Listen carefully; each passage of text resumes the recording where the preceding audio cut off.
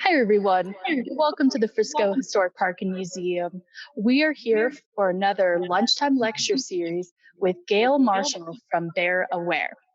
Gail has been a great resource in this county and in this state. She is an expert on bears, and it's truly wonderful to hear her speak about bears and hear the passion straight from her. So we're so excited to be welcoming her to the gazebo, and we hope you'll join us in giving a warm virtual welcome to Gail Marshall. Thank you, Rose, for that nice introduction. And everyone, welcome to my talk about Understanding Bears 101. I'm a volunteer for the Colorado Parks and Wildlife. I started working with them in 1998, and it was very simple, hanging signs, and it's really evolved into much more where I coordinate the efforts in Summit County. I began working with bears in 1976 at the Squam Lake Science Center in Holderness, New Hampshire, and my first bear was Winnie, and it was a little bear whose mother had died on a hiking trail up in New Hampshire on the Kangamangas, and she lived till 2001. The Colorado Parks and Wildlife encompasses a lot. It is responsible for our parks and our wildlife. And the part that you need to be concerned about, which is part of their mission, is wildlife and their environment are to be protected, preserved, enhanced, and managed for the use, benefit, enjoyment of the people of this state and its visitor. As you can see, I do have the website link down below, and definitely go to it. It has all sorts of information there about wildlife Colorado. Hey, we're not going to feed you. You got to be scared. You're wildlife. Come on, go. Be scared of us humans. Bye-bye. Go. Go. Go. People are giving you chicken fingers and fries. I'm not doing it. No, go. Goodbye. Go up to the woods. Go. Little fox, go. Artificial feeding of wildlife contributes directly to conflict between wildlife and people.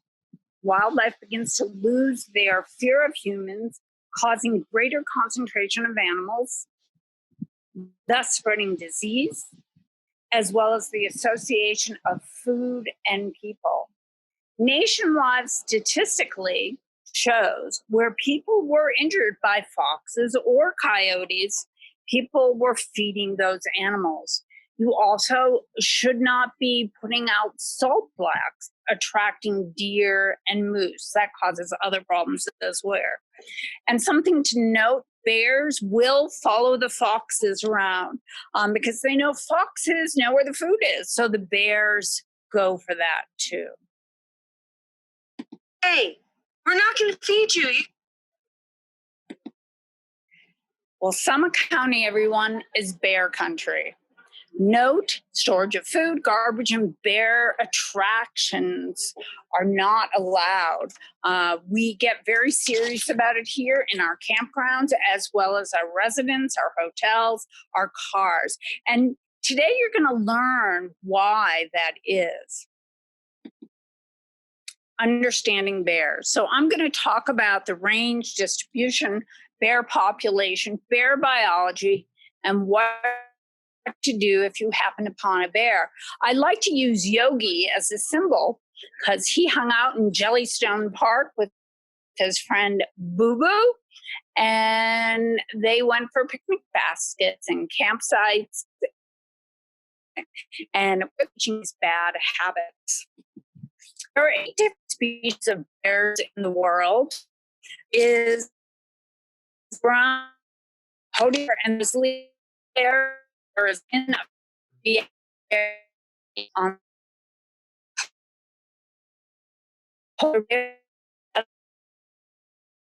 bear circle the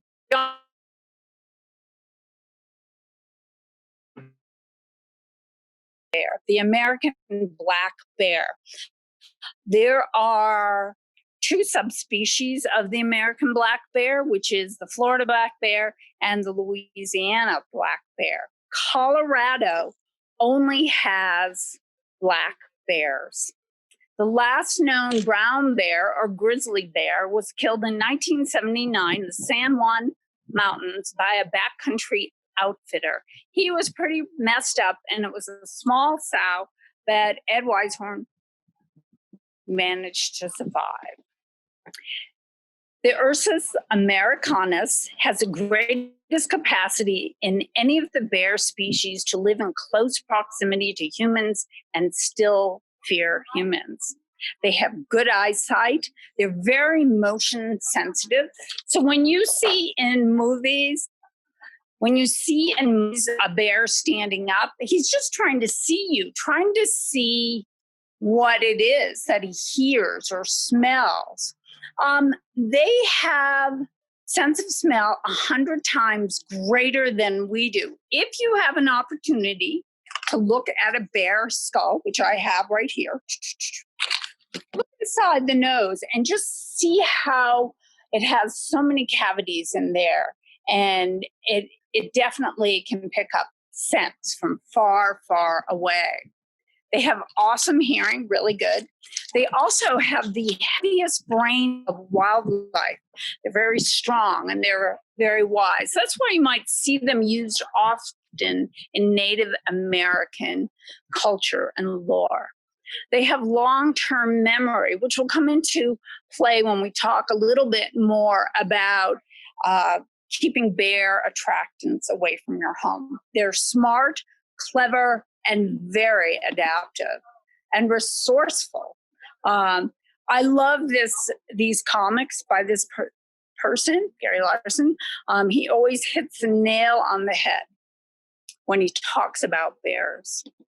They're also smart and clever. This particular black bear is up in New Hampshire, and he shimmied across the line to get to that bird feeder. He knew that was the source of food. What we have is a few brave souls that will go out in the wintertime, go to known bear dens, and they will sometimes tranquilize the mom if there's cubs, and they'll count them. They also set up snares, and they catch bear food, fur, and then test the DNA and see who's related to who and approximately how many bears are living in that particular area. But the amount of bears in a particular region really depends upon food and housing, much like us. They aren't that different in that regard. If you can look at this map here, it gives you an idea of where the population of bears are and where the concentration. And if you notice up in Alaska and Canada, they have the polar, the grizzly, and the black bear. In Colorado, the occurrence of bears are everywhere, but really in the northeast region.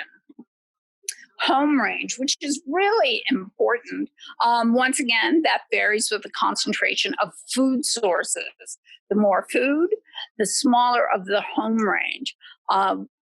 In Summit County, our sows' home range go from 2.5 to 10 square miles, where the boars is much larger, to 10 to 40 square miles. On average, a bear will have a 250 square mile home range. I like to tell about the story about the sow and her two cubs that had to be trapped in the salt. They were tagged and they collared them for a study. They released them into Salida to follow up where they were going. They made their way down to Colorado Springs and were in the Air Force Academy. Once again, the sow and her two cubs were getting in trouble. So were they getting ready to trap them? But she outsmarted us. She made her way up to Summit County. And that's where she denned for that winter. The next spring, when the bears emerged, she was once again found in Farmer's Corner area. And she was trying to break into a house. She was ripping off the siding of this house to get into the kitchen.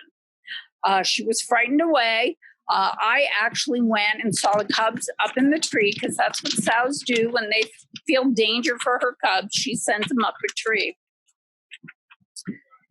And then she took off. The sows went their own way, and the mother denned that year down in Dillon Valley. In the spring, she made her way back to Basalt. Bears like to go home, just like we all like to go home. If I took you and put you in, I don't know, let's talk about in Afghanistan, wouldn't you try to make your way home back to the United States? Well, that's what they do.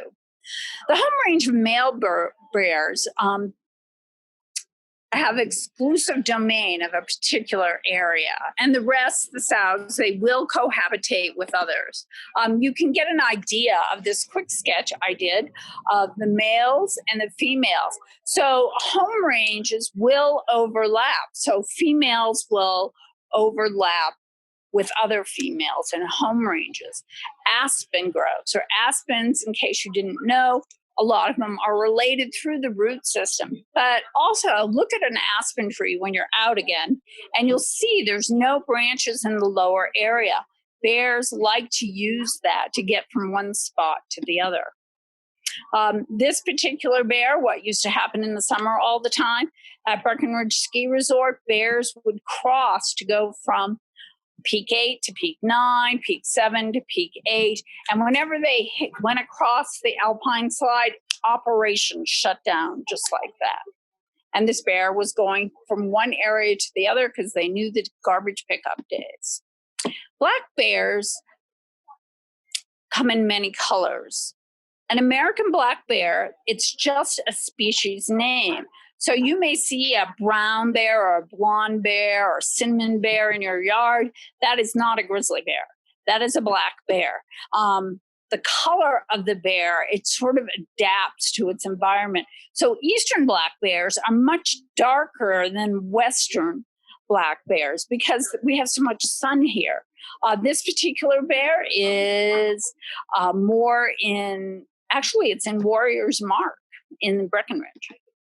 Some statistics, they range from 125 pounds to 800 become adults. One of the largest black bears ever harvested in Colorado was in Dillon, over by the shooting range and the cemetery. And that black bear was 800 pounds.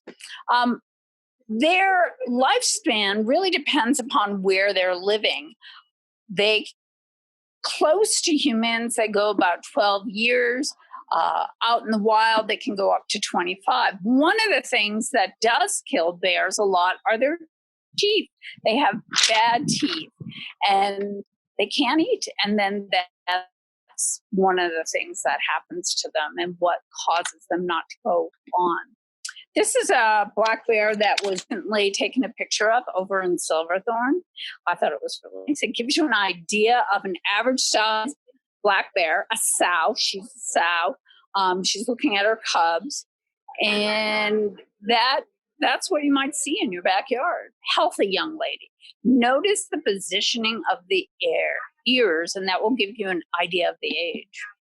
Some of the physical characteristics, look at it has a short tail, it has a heavy body. They walk heel to toe, have 5 toes, and often their their footprints in the dirt may look human too.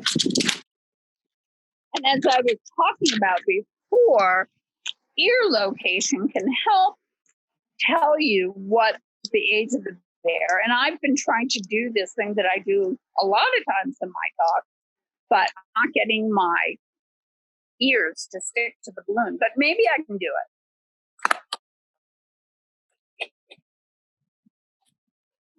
Notice the location of the ears on this balloon.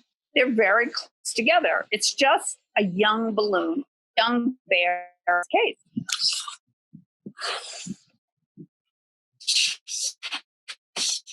And as I blow up a balloon, the ears move to the side.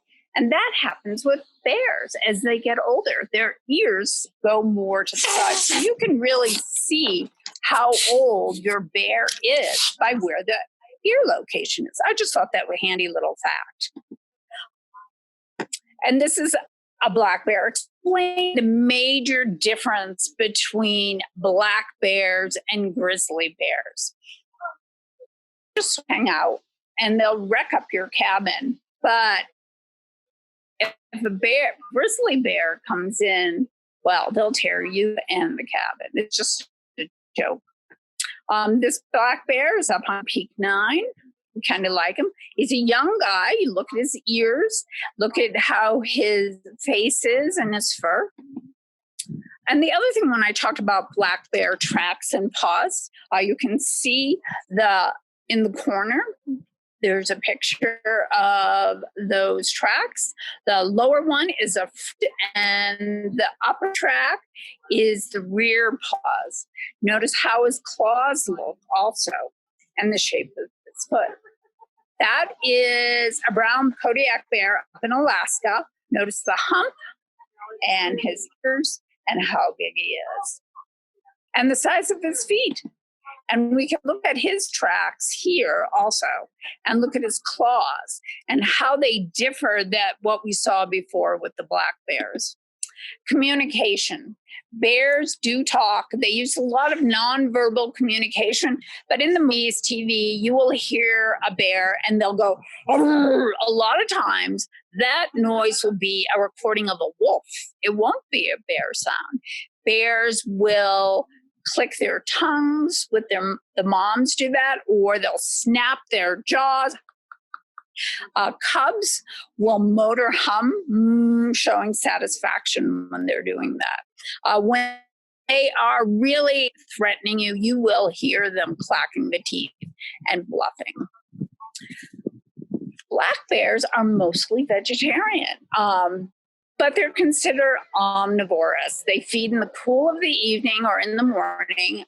Depending on what they eat is what's available in their geographic locations.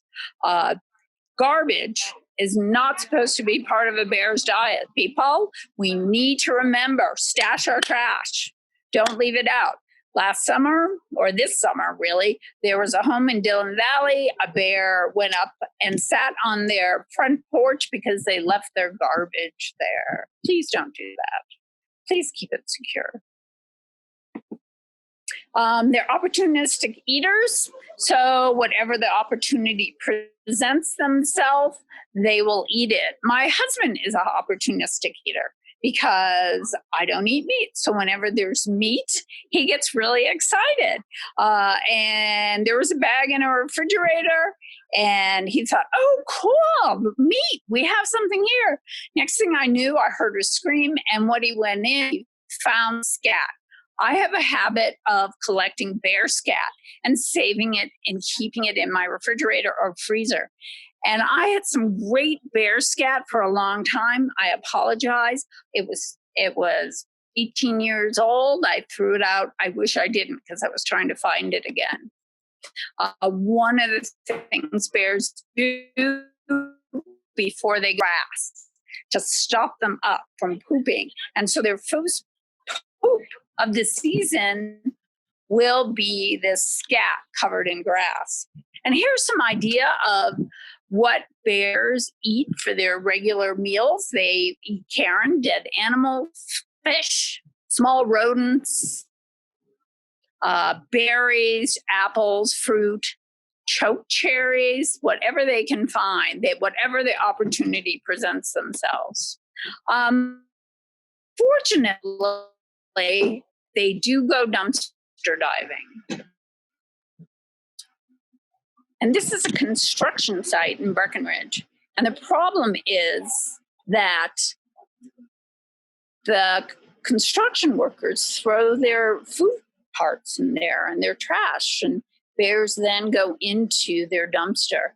And I'm not sure how we can get people not to do that when they're there, but that's a problem.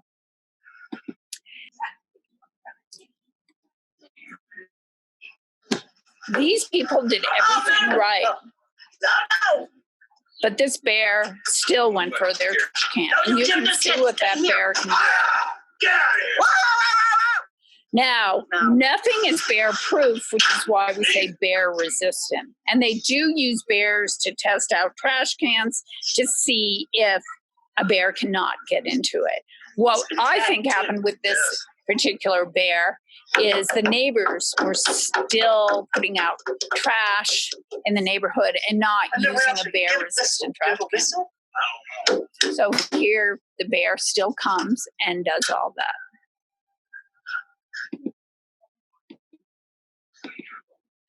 Some bear signs, what to look for when you are out hiking or in your yard. Actually, this bear sign was taken in Florida because Florida has a bear issue, lots of problems. One is their scat. It's usually firm, tubular, just like ours, but you can tell by what's inside of it. Yeah, berries, seeds, fur, zippers from tents. Oh, I'm just joking. But you can tell what your bear has been eating and whose poop it is. You also want to look at the tracks, and how they move, and look in your dirt and around. They have certain trails they walk on. In my backyard, I can tell there's been a bear in my neighborhood, and I know recently because someone posted on my Facebook page, Summit County Bear Aware, that they had a bear in their yard, and that was right down the street from my house. Bear trees. The other thing you might be able to know, and this is how a bear non-verbally communicates to other bears, is they rub with their fur, or they make scratches. If they urinate, it's usually a male bear that's doing this. Sows aren't so concerned as those. And here's a bear, beautiful example on an aspen tree, and that was taken up on rabbit years past. As you can see, this bear is going for a bird feeder. Folks, you don't need to have feeders up. More on that later. Reproduction. How do bears reproduce? Well, they start reproducing 3 or 5 years of age. They only produce cubs every 2 years. So a cub will stay with the mom for the first year, and then go into hibernation with the mom the second.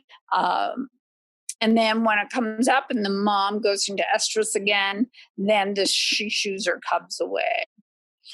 Here, our mating takes place in June, and they mate with several boars over a 2 to 3 week period. And pretty much bears are by themselves. They don't hang out in groups, or better known as a sloth a bear. During mating season, as I said, they stay together for a week until a more suitable one comes. And the sow is in estrus for 3 weeks. However, they don't get pregnant right away. They have something called delayed implantations. So the fertilized eggs float around in the uterus until the sow reaches a certain weight. And this is nature's way of keeping the sure they have enough food. If that sow is eating lots of garbage, that will give a false impression to the body that they have enough food. But the most important part of them delayed implantation is it allows the sow to focus on getting ready for winter. And so that's what it does.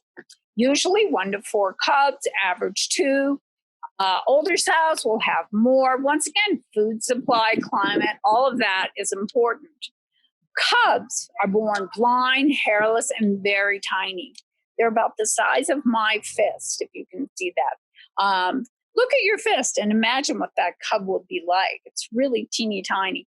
And they're born in January, February.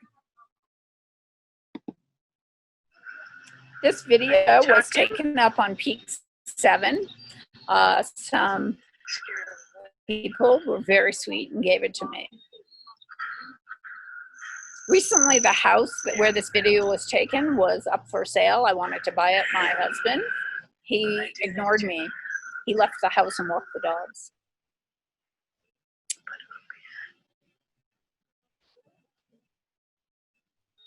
And you also will never look at a tree the same way again.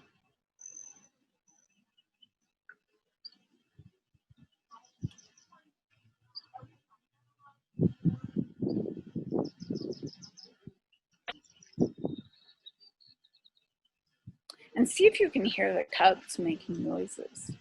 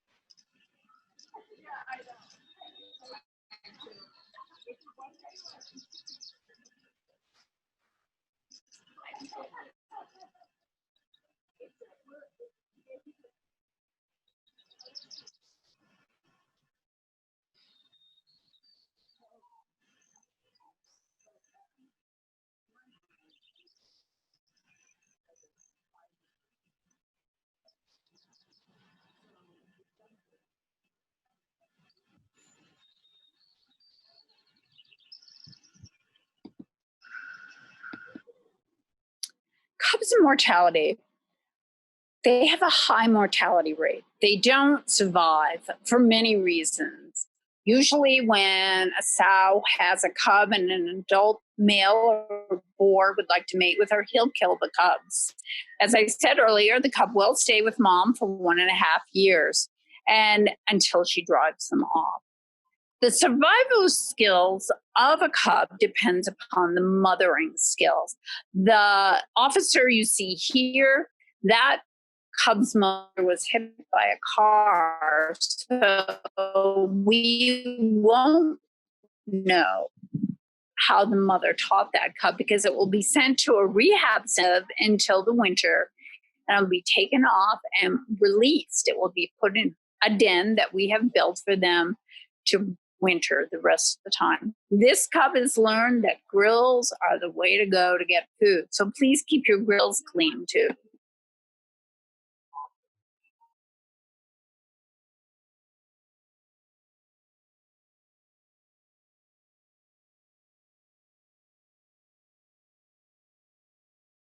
Or they go into hibernation. Bears will start to try to eat 20,000 calories a day. They're trying to gain 30 pounds per week, and they will forage for 20 hours a day, which leads them to eating garbage. We don't want them to eat garbage. That's not supposed to be part of their diet. Hibernation is really an adaptation for escaping winter food scarcity. The dens, they will hunker down wherever they want. It can be in a burrow, cave, hollow trees, nests on the ground, which is what they do in Florida. I like to talk about the year a bear hibernated underneath a deck of a home, and the people were coming. The property management firm checked it out. They found the bear there sleeping soundly. They called the CPW. Our wildlife manager went to go relocate that bear. He tranquilized him. The bear woke up and charged him. Fortunately, the tranquilizer took effect before he reached the officer. Bears aren't true hibernators. They will, in their den, keep their head by the opening so that they can feel anyone coming in. They don't poop. And I told you before how they deal with fecal rate. They're more like winter lethargia. And the pads are shed during the winter, just like if you didn't walk on your feet for a while, your calluses go away, so do theirs. And so they sort of tiptoe around in the spring when they come out. These are some pictures of a bear in a den that's taken in northern Minnesota in Ely at the North American Bear Research Center. A bear's year in Summit County. And this is to give you an idea what goes on when we're not paying attention. January, February, a new life is born. Imagine being the mom. She's just hibernating and those cubs come out. In March, mid-March, the dominant boars begin to emerge. April, the young boars come out and sows emerge from hibernation. I like to call this system or this schedule LIFO, last in, first out. Late April, early May, sows with cub emerge with hibernation. Really, that's how you can tell, usually whether it's a sow or a boar. June, they mate. July and August, they're consuming only about 2,000 calories per day. And then late August, September, October, they're in hyperphagia. And based on the number of sightings recently, I think they've gone into hyperphagia. And then November, December, January, February, March, and some of April, they're in hibernation. Now, big problem that we have is bears getting into trouble. So I want to talk very briefly about how do we prevent that? Well, we don't want to feed them. It only takes one person. People are the way to get food. You know, think about it. Is a picture really worth a bear's life? So to avoid some of the conflict, you don't want to lure them. Remember, I said at the beginning of this talk, feeding wildlife is illegal. A fed bear is a dead bear.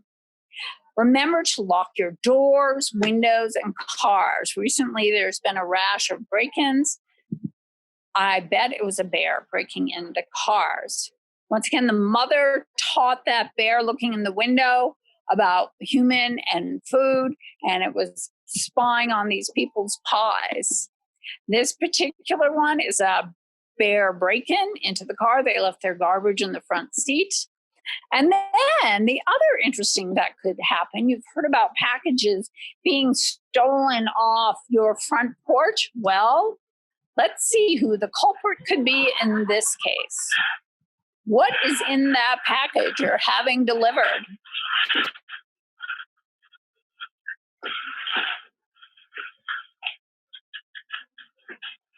And that bear is really checking it out. So,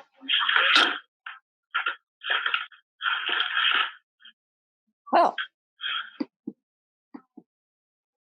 there's something in Colorado called a two-strike policy. It's not baseball. It has to do with a bear's life. A bear only has one opportunity to get into trouble, and then it's killed.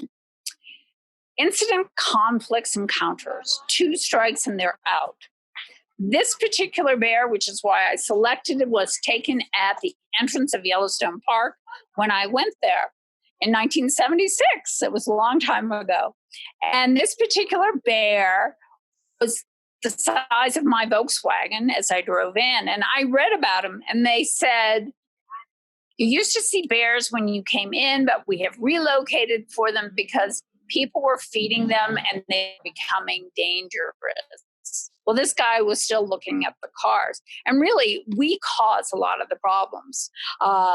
Notice these people feeding that corn, Slade is feeding that one, and actually those are the Yellowstone bears that you might remember watching The Wonderful World of Color by Disney, and that was always at the beginning. Recently, I heard about people feeding their bears watermelon. I have to go by their house and drop some literature off. The Colorado Parks and Wildlife classification of bears, nuisance, and that means they are immediate threat to the property, killing livestock, or they're dangerous and they're a threat to human safety. This is very uncommon to happen. These pictures this one was taken in Aspen, but note, location, location, location. If there's a human being in the building while the bear is there, that bear is euthanized, destroyed immediately. That cub in the window, that was later destroyed because it broke into the house while the kids were there. Some of the control methods to deal with this: nuisance bear, educational efforts, relocation, deterrent. Whenever any officer, wildlife manager touches a bear, they are automatically tagged. They put 2 tags in, 1 in each ear. It does not mean the bear has been caught twice, because if it's caught a second time, it's euthanized, it's destroyed. The first time they put 2 tags in, 1 in each ear, has a number on it, so we know where that bear came from. And they put 2 tags in case one falls out. They don't like to relocate bears because it's only, I'm going to throw a statistic, 25 to 30% successful. So it's not that good. Fall bear, they don't like to relocate them because instead of focusing on eating, preparing for hibernation, they will be trying to get home. And a lot of times when they try to get home, they end up being hit by cars.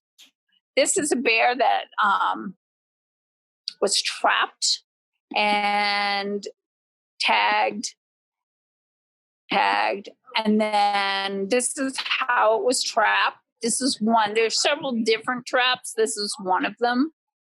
And this is the release of that bear. The managers all talk to each other, and there's different parts within the state that they will relocate the bear to.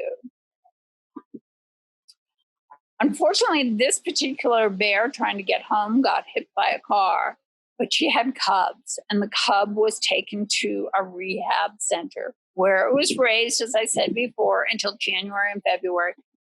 Bears are having more and more problems because of the increase of development that we are doing in certain areas. And you can see from this picture just how much development and what happens to bears. So their habitat is being taken away. Right now, we have a ton of wildfires going on in Colorado. Habitat is being destroyed for a lot of different wildlife. So please be aware of this. Feed your pets inside. You might want to put some water outside in case you have something walk by your home. To avoid human-bear conflict, these are some of the things you can do. Some of the other means of hazing is illegal. Most bears cannot be trapped and relocated because there's becoming fewer and fewer places. What to do if you meet a bear? Every situation is different. Try to remain calm, stop, back away slowly. Female bears, send them cubs up the tree. If it attacks, fight back. You always hear, oh, play dead. No, not with black bears. They're very different than brown bears. Keep a backpack on for protection. If you're camping, keep a clean campground. Keep your food in a place where a bear can't get. Don't bury or burn trash. Hide your cooler. Don't sleep where you're cooked. Keep your car clean. This was last weekend up at Pine Cove Campground. Note the campground, I think because of the wildfires, not many people were there, but we want to keep your campsite clean. And recently we've had a swimming bear in Lake Dillon, swimming from campground to campground. So it's important that you do keep your campground clean. Backpacking is a little different. You want to make sure there's no bear in your tent or outside. Just start talking. That'll scare them away. So what can you do about these problems? Bears and trash, put your trash in the your cords don't work, smelly things freeze, clean out your trash can.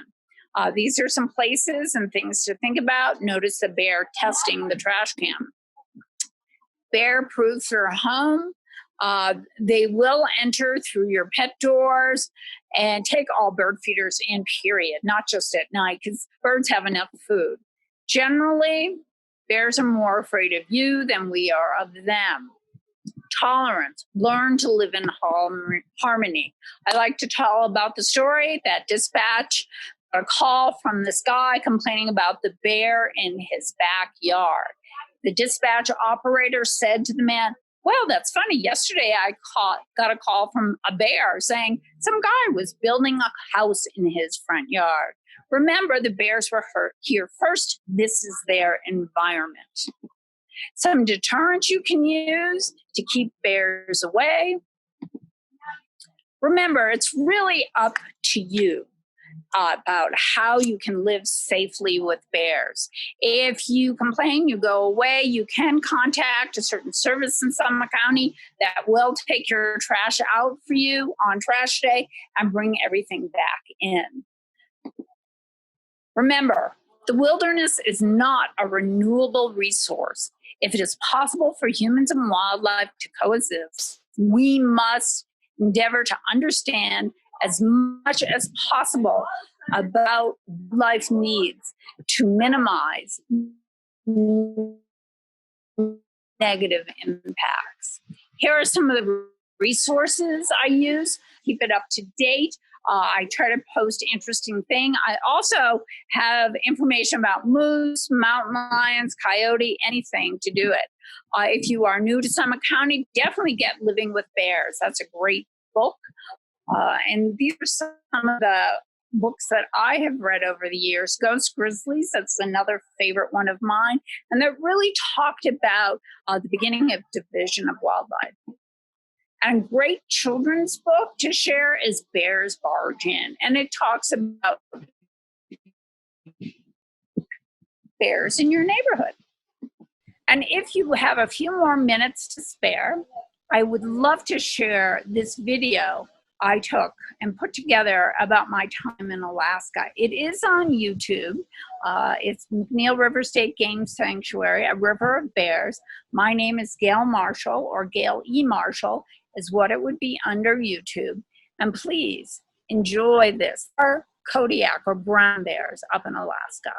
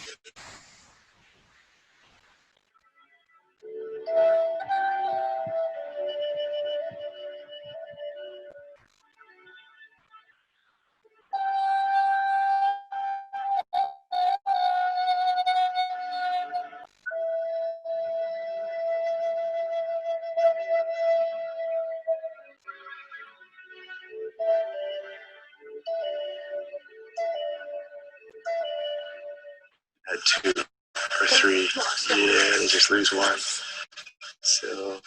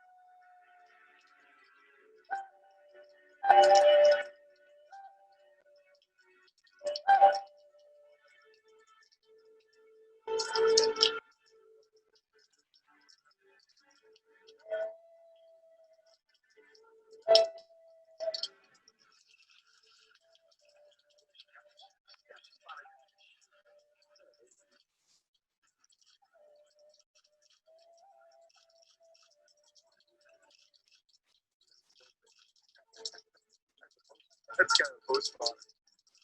Those are your right. Yeah, Peter sound.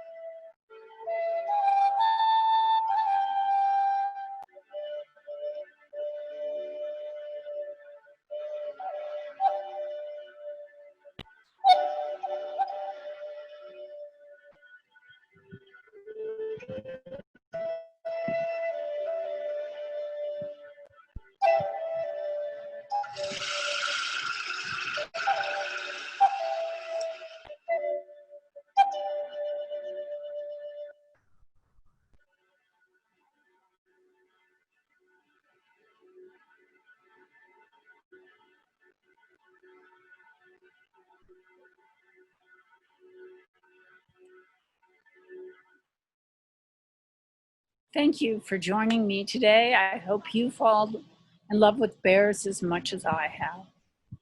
Until next time.